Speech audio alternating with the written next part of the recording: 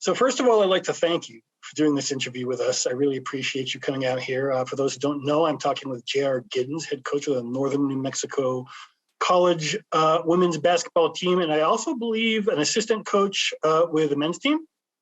Yes, sir. Very cool. And a motivational speaker, and most importantly for this podcast, a former member of the Boston Celtics. So yes, I still got my clover. Oh, yeah, that's awesome. Very cool. Yeah. Nice. So you are originally from the Oklahoma City area and went to Kansas, right? Yes, I'm from the Oklahoma City area, and I spent my first 2 years of college at the University of Kansas. Yes. Cool. Yeah, so that was Paul Pierce's alma mater. Did you have any contact with him while you were over there? No, I saw him back in California last week. My sons had a game out there it was the Mamba facility. Now it's changed names, but I saw him out there, but we didn't, unfortunately, we weren't able to speak. So your college career had a little bit of a turbulence, shall we say, and without getting into it too much, what advice would you give younger kids with regards to that? Well, first of all, we don't have to shy away from anything. I'm very open to talk about my experience at Kansas, but my advice is to give kids is just, go there, stay focused, and get your education, get your degree. Don't let the university use you, for your athletic ability, and you not get your degree. I have my degree. That's why I'm able to coach. But that would be my advice to them, man. Just go out there and work hard. And if you have a chance to go pro, cool. If not, you're going to get your degree, and it'll put you in a better position later on in life. You'll have that piece of paper, and you'll have more opportunities allotted to you if you go there and you get your college degree. I appreciate that advice. Doctor of anthropology myself, which I am strangely doing journalism with, but that's okay. Hey, Doc, how you doing? Yeah, you never know where life's going to take you. It's the education that's the important part. No, it really is. So after a scuffle off campus, you ended up transferring to New Mexico State under Steve Alford, probably best known for his time at UCLA later on, but you earned honorable mention All-American there.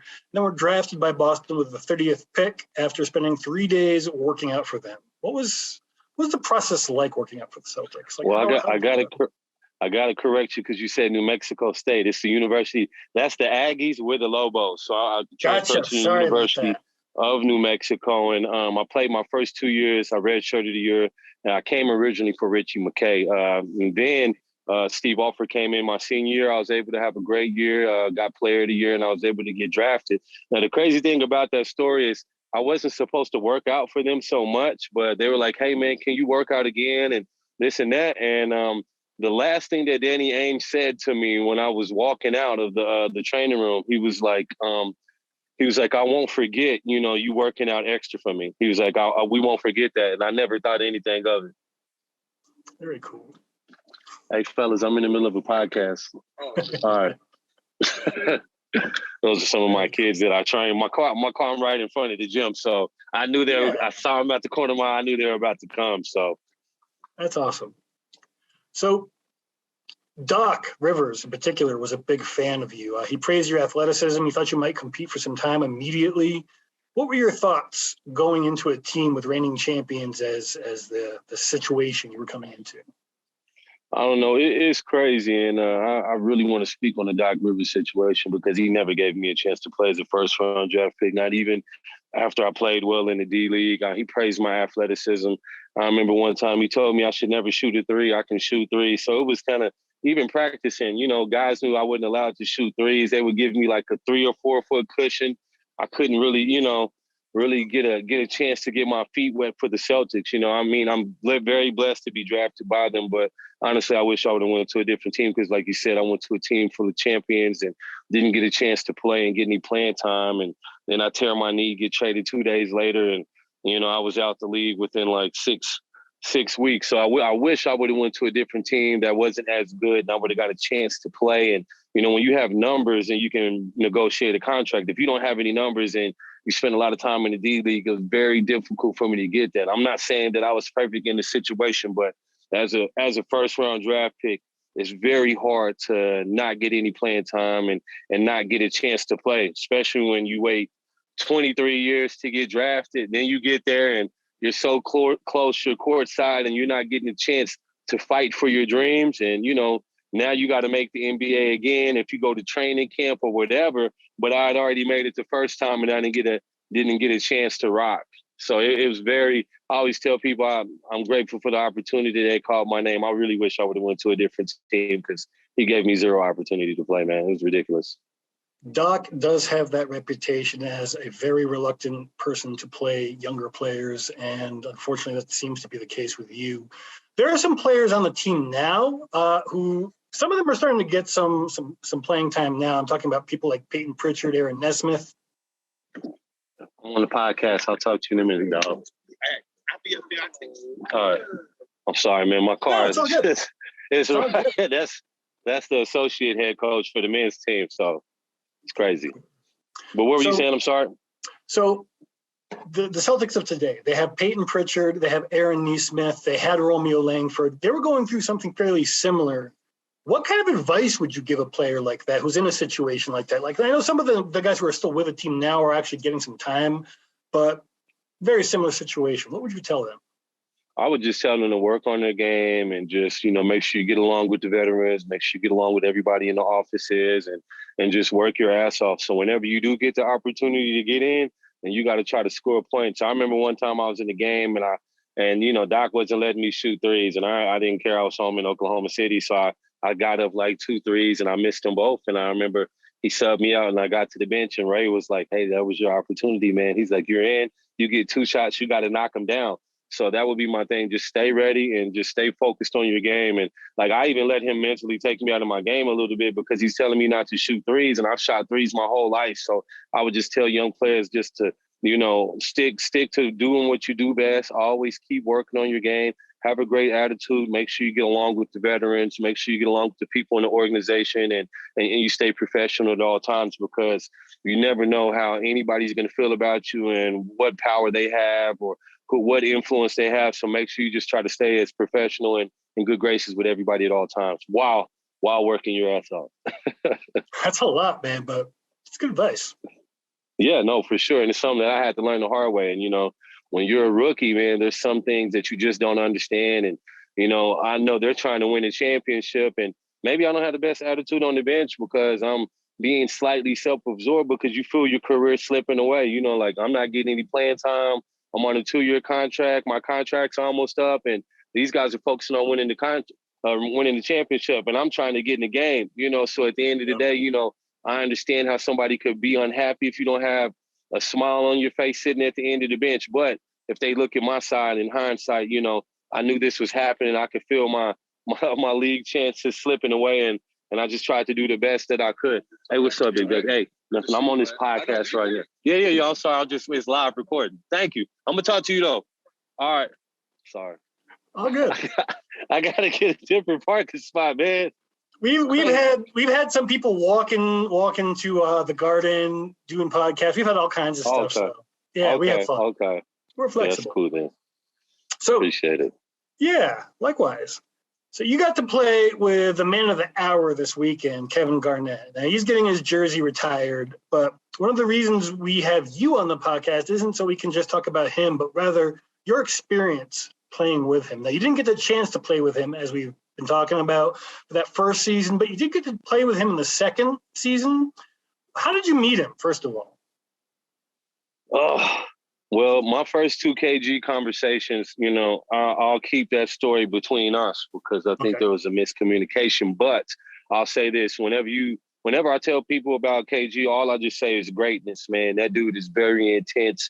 He's a competitor. I remember one time we were in practice and Doc was like wanting him to get off. And he's like, "No, Doc, I got to be out here. I want this. I want to be out here. Like, I need this." And Doc's like, "Man, I need you to rest." And he's like, "No, Doc, I need this." And he's so intense. One time, I think, I don't know what happened with the clipboard or something, and a marker messed up. This dude spit on, like, the clipboard and just, like, "You right here? I'm right here." Like, I mean, he's just, he's intense, man. He's greatness, man, in every level, in his preparation to the game and his mental preparation. Like, I was always in awe of KG, like, the big ticket. Like, KG's that guy. Like, I don't get starstruck, but he was one of the guys that I got starstruck about. He just had a glow to him like the first 5 times I saw him, like it was a whole aura to him. And so, man, he's a champion. He's one of the greatest players of all time. And, when you're around somebody like that and you see how they prepare for practices, how they approach games and his mental toughness and just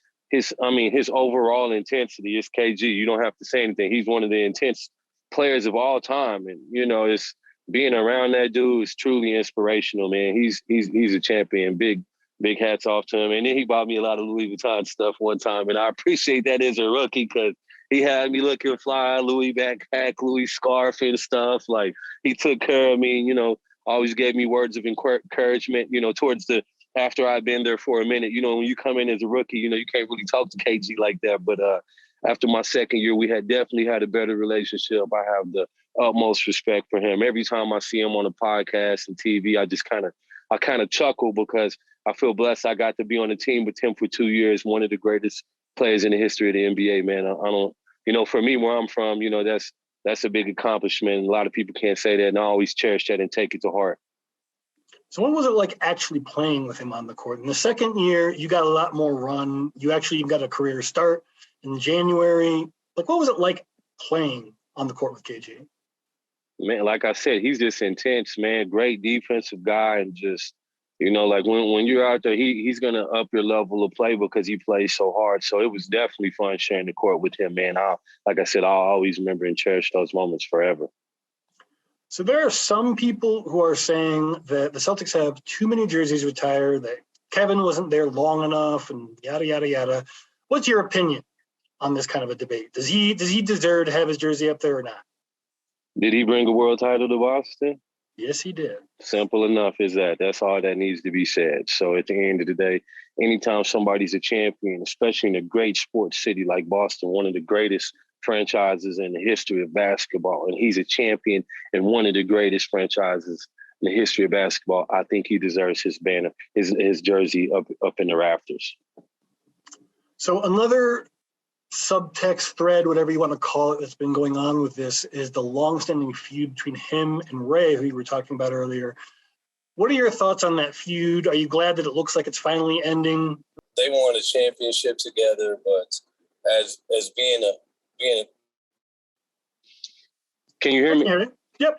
Oh, okay, because my AirPods cut up.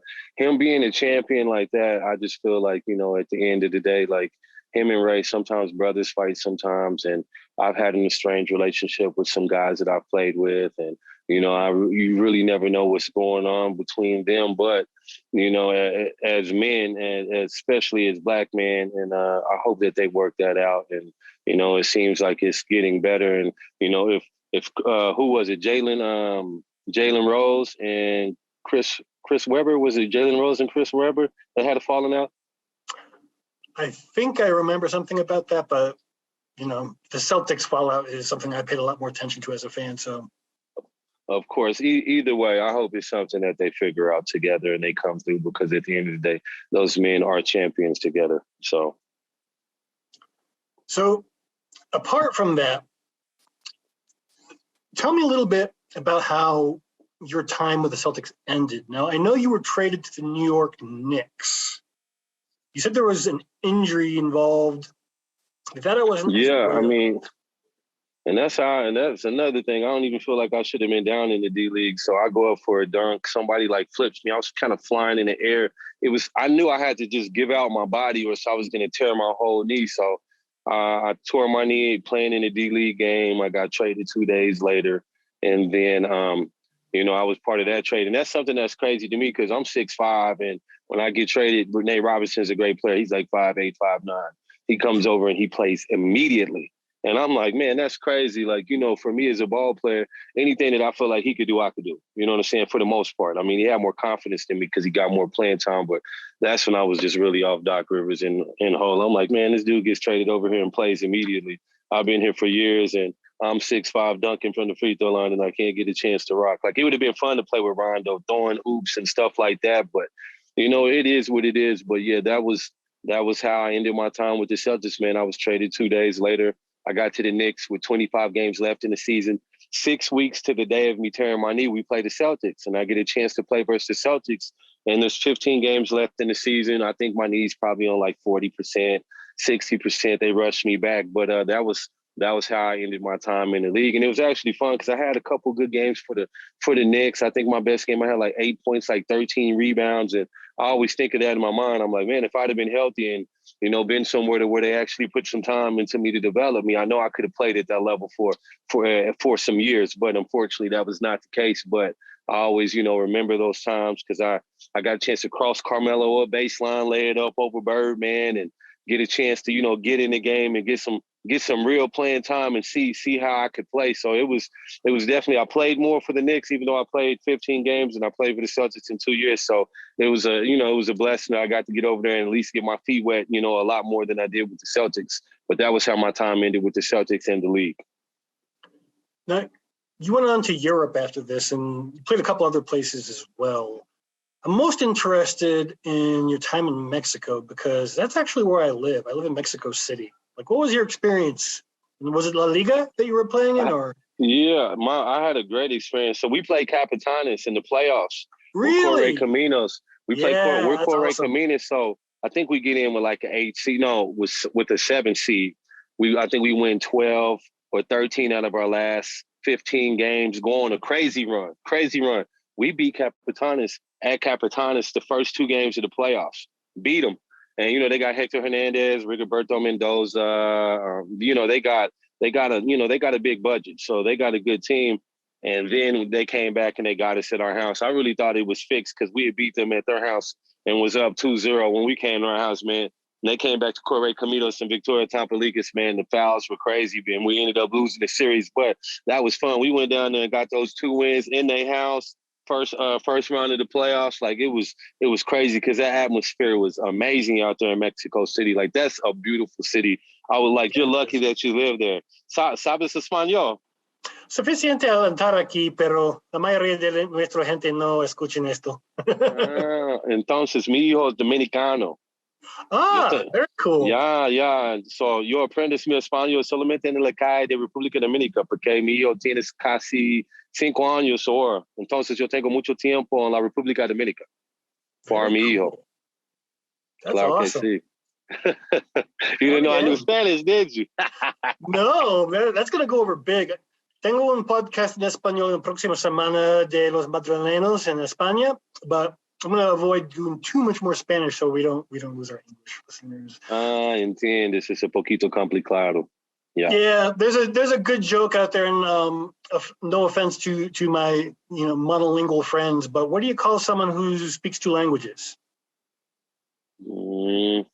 I don't know. Bilingual. What do you call someone who speaks 3 languages? Trilingual. And just 1? American. I got it right. You got it. Terrible joke. Apologies to all our listeners. No, it's all good. Dominican, you have something in common with Al Horford. Celtics of today, what do you think of them? What's their future? What's their ceiling? I haven't really got a chance to keep up with them as much lately because I'm coaching for 2 teams. So I'm worried about our season, and our season just ended in the conference tournament. So it's been a long year, and this is my 2nd season coaching, but the first season was taken because of COVID. So this was my rookie year coaching, and I'm a women's coach, and I just put it like this: if I can make it through this season, I can make it through anything. This is the hardest thing I've ever did in my life. Okay, cool. I had about 14, 15 young ladies on my team, and they tested me. But I think everything that we could go through in my rookie season, we went through. We ended up making the conference tournament for the first time since 2016. We went 5-1 in conference, so I won 83% of my games in my rookie year. So it was a crazy year, man. I've been so focused on my team and the men's team and trying to make them better. I haven't been able to be the greatest fan of NBA basketball because, unfortunately, I didn't have an assistant coach there with me full time. So I had to do everything myself. I was a one-man band. So I'm watching 7, 8, 9, 10 hours of film per team we play by myself, doing offense, defense. And, it's a lot of work that goes off into coaching, but I love it. Hopefully I'll become a better coach than I was player. And I know this is what God wants me to do. So I've been worried about Northern New Mexico College and trying to win ball games. I haven't got a chance to keep up with the Celtics consistently. I catch highlights. You see all the the ESPN, first take shows, podcasts, but I haven't got a chance to sit there and really keep up with any team. And my team right now, people don't want to hear it is the Lakers because they got LeBron James. That's my favorite player. So I'm where LeBron goes. That's where my loyalty goes. Now, I can totally feel. Besides Oklahoma City Thunder, because I'm from Oklahoma City, so that's the home team all day, every day. But we're gonna go where LeBron goes. Cool. Shout out to LeBron. I'm the same way with the Yukon Huskies. I grew up in Connecticut, and unfortunately, because I'm covering the Celtics this season, I've hardly seen a game of them, maybe two. You feel my pain. I do. So tell me about how this coaching job came about. How did you end up making the leap to coaching? Well, towards the end of my career, I was kind of player coaching on some teams, the older guy and, leading and helping out with coaching and stuff like that. And, in my off season, I do personal development. So I've been doing personal development for years, and I've been coaching youth teams out here. I started coaching a group of second graders. They're all in 7th grade now. So I started coaching them and actually kind of put together a youth league, a program out here.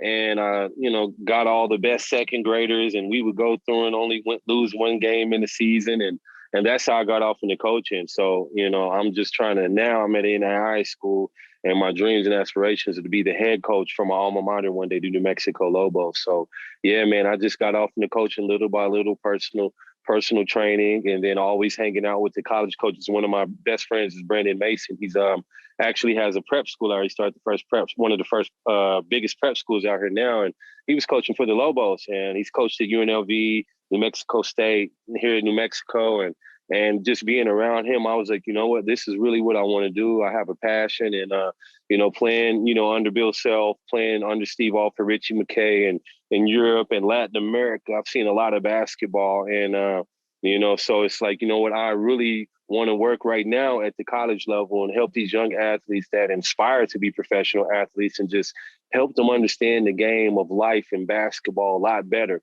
Because basically when you're coaching, you're a teacher. And a lot of kids out here aspire to go pro, to play in the NBA, to play overseas, and having that experience, I love sharing, my stories with them and my journey and helping them understand what it takes to be there and answering their questions and trying to help them get on their path and their basketball journey and, just make their time easier than I did, and hopefully they can learn from some of the mistakes that I had and take the advice and experience that I've gained and the knowledge that I've passed to them to help them with their basketball journey and to go places. I was just sitting next to one of my seniors, and I want him to go play in Mexico. And I was just kind of telling them how the league is, like you can't go there and have an off day and have 5 points, or, you got to make sure when you go there, you can't speak Spanish. You need to try to learn to speak Spanish, because sometimes you might have a teammate that can't speak English. And even if you're speaking broken Spanish to him, I got to communicate with my point guard.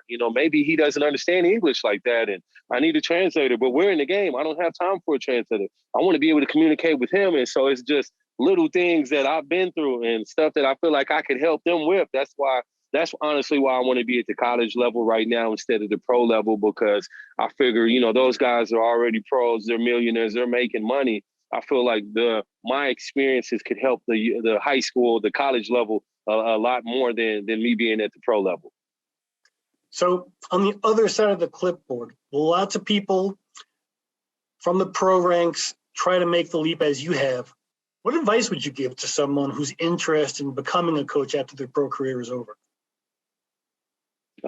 Well, networking is 80% of it, 90% of it. Like, I'll share this story. I've been trying to get coaching jobs out here in New Mexico, where I've been drafted out of, and I'm one of the few players, and it was difficult for me to get a job. And I was able to get, Ryan Cordova, shout out to Ryan Cordova, Northern New Mexico, our athletic director, and he took a chance on me and gave me an opportunity. And for me, I want people to understand this. When you're a basketball player and you've reached a high level and you played overseas, most of these coaches that have did that, they didn't play Division I, they didn't play pro in the NBA, they didn't play overseas. So when you come in, they want you to pay your dues, and they don't feel like, even though you played at a high level, like you should be able to get these jobs, and it's going to be tough for you. And when you get these jobs, they're gonna want you to fail and be like, well, he could play, but he can't coach.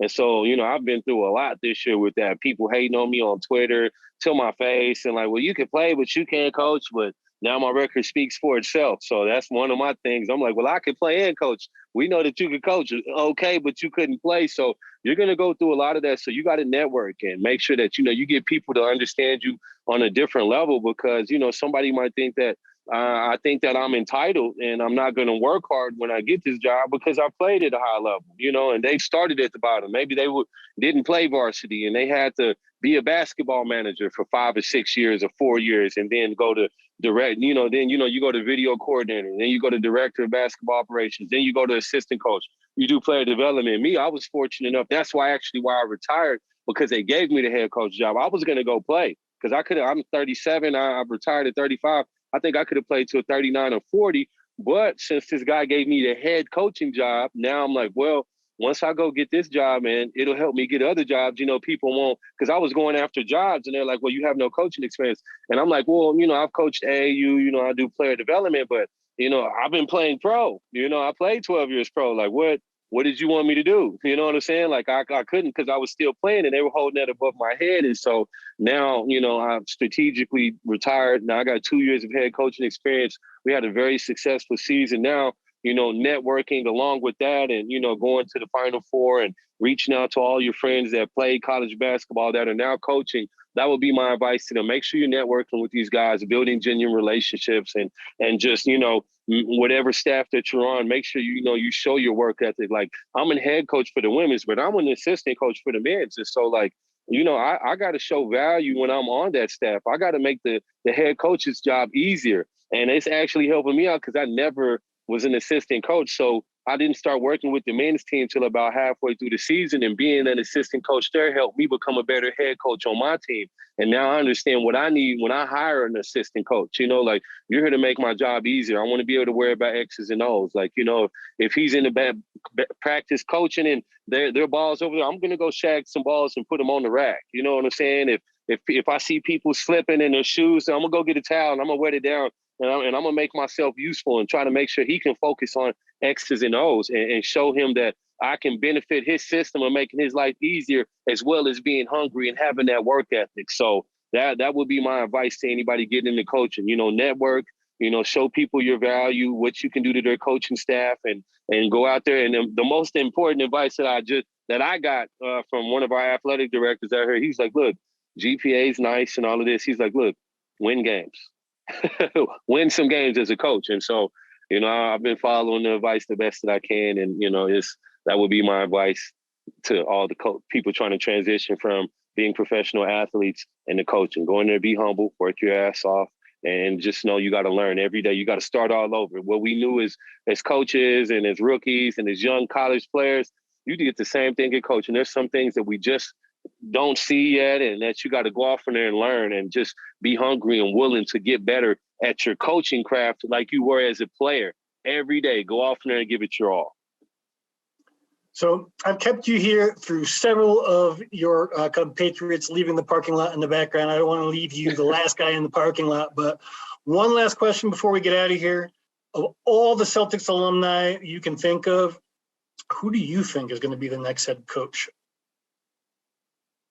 Well, the crazy thing is I played with Aaron Miles at Kansas. He's coaching with Udoka. Is that how I pronounce his name? Yep. I don't want to disrespect him. And so I don't know. I mean, Udoka's going to have his chance. He's been there, one season? This is his first season, yeah. Yeah, so, I mean, whatever happens after this, I have no clue who's going to get it, but I hope that it's somebody good. But, I mean, I want to wish good luck to Aaron Miles because I played with him my first 2 years at Kansas, and he's on his staff. So I hope that they're successful. They seem like a good group of guys. And I know Aaron Miles is always hardworking. Best point guard I've ever played with in my life, man. He used to make my job easier at Kansas. I didn't even know how spoiled I was to have him. He just throw the ball into the rim. I come out of nowhere and catch it and dunk it. He made my life easier. Got me a lot of easy baskets. So shout out to Aaron Miles. But whatever alumni gets it, I just know this, and this is how I feel as a player. Whenever, those organizations took chances on us as players and we performed, give these players that same opportunity as coaching, especially Black coaches. Like, you want to pay us money, to come out here and shoot jump shots and dunk for you. Make sure you give us these same opportunities to go out there and coach and try to lead an organization that we played our hearts out and gave our blood, sweat, and tears for. Because now me as a coach, I want to be the coach at the University of New Mexico, and that's my line. You trusted me as a player and gave me an opportunity, and I played well for you. If you give me that same opportunity as a coach, I promise you to give that same effort. I like those opportunities for all of those former players that are coaching now. Respect us as coaches now and give us those same opportunities that you gave us as players. That's an awesome answer, man. I really appreciate that. And I appreciate this too. Thank you for meeting with me today. Well, I appreciate you having me on, man. Anytime I can help you in any way, let me know. I really appreciate you taking your time out of your day to have me on. Likewise. All right, man. Take care. All right, you too.